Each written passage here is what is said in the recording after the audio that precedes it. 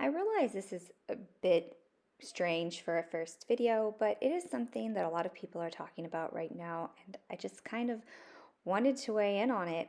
A lot of people are asking why Vhagar and Arrax did not listen to Luke and Aemond at Storm's End, and the really short answer to this is that dragons are not slaves.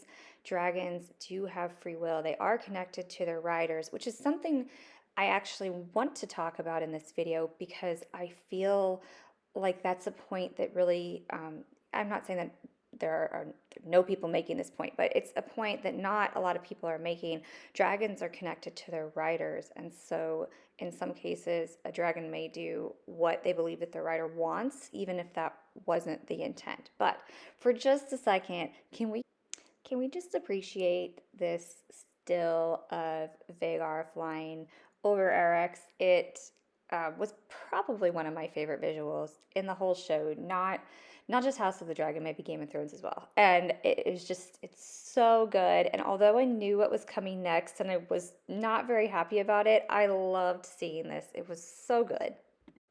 But let's talk about this idea of the dragons having free will, because it does seem like a lot of people didn't like the way the ending of episode 10 went down, especially those who read the books, where it was pretty much implied that, of course, this was done on purpose.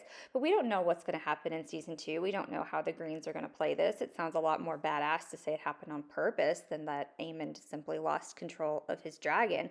But when we go back to the Game of Thrones show or even the books, there has always been this idea that a dragon does have free will. So in Game of Thrones, Daenerys had said very specifically that a dragon is not a slave. And then if we go back to the books, in one of the Dany chapters, when she was trying to go back to Meereen, and I can't remember, I'm paraphrasing, but there was something along the lines of Drogon did not share that wish with her. So she basically wanted to go back to Meereen, but I'm sure she told Drogon that, and she still didn't do it because the dragons do what dragons want.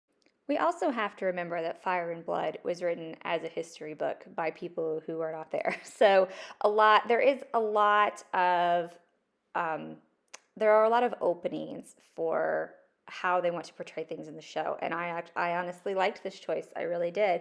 And then another thing that I want to talk about that I said a lot of people aren't talking about this is that the dragons do have, I guess we can call it kind of a psychic connection to their writer. So they can sense what they want. And this was shown in episode 10 as well with Rhaenyra when she was having the baby, and Syrax was obviously in pain. So these dragons can sense what their writers want. So perhaps this was partially Vhagar sensing that Aemond was angry with Lucerys, and a dragon is going to do what they want to do, and then combined with the feelings of hatred between the two, the greens and the blacks. I mean, it doesn't surprise me at all that the dragons kind of did what they did, even though the writers were saying, no, don't do that, don't do that.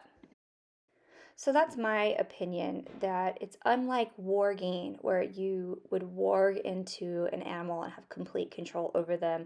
There is a bond, a psychic bond with the dragon, but that doesn't mean that the dragon can't make their own decisions. It doesn't mean they can't make free will, even if they are bonded to you.